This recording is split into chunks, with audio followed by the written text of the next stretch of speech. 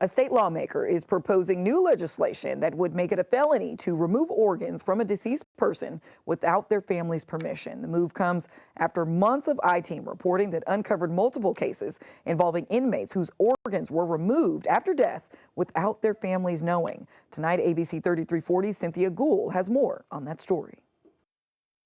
So if you feel like in your heart that what you're doing to people's loved ones is right, then shame on you.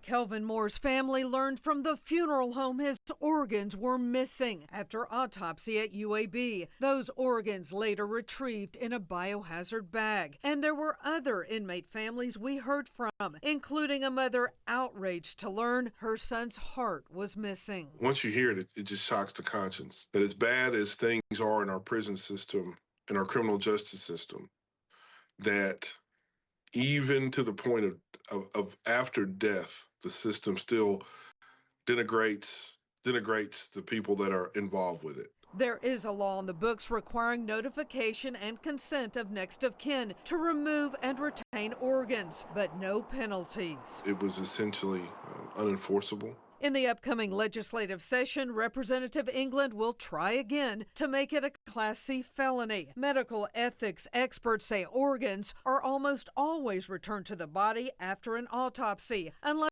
there's a clear reason, and families must be informed. But it's very simple. You ask consent. You get permission from the families. You don't return bodies with organs missing. It's simply barbaric. Attorney Lauren Ferrano says this is not about organ donation or medical research, but transparency and respect. The controversy resulted in both state and federal lawsuits. If they are not willing to come forward and take accountability and admit that wrong is wrong, then we will continue to litigate this to the full extent. She believes dozens of families have been impacted. One unintended consequence, fewer autopsies now on deceased inmates after UAB is no longer contracted to perform them. The concept of the bill wasn't to end autopsies of someone who dies ADOC custody.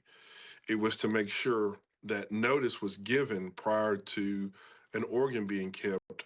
The Alabama Department of Forensic Sciences only handles certain cases. Now there aren't any autopsies going on deaths when someone dies in Department of Corrections custody unless there are unusual or suspicious circumstances. But who makes that call? Sometimes only an autopsy can determine what really happened. And with so many deaths in Alabama prisons, some worry potential crimes are being missed. Cynthia Gould, ABC 3340 News. Thank you, Cynthia. In a statement, UAB says its Department of Pathology has been in compliance with laws governing autopsies, and a panel of medical ethicists reviewed and endorsed protocols regarding autopsies conducted for incarcerated persons.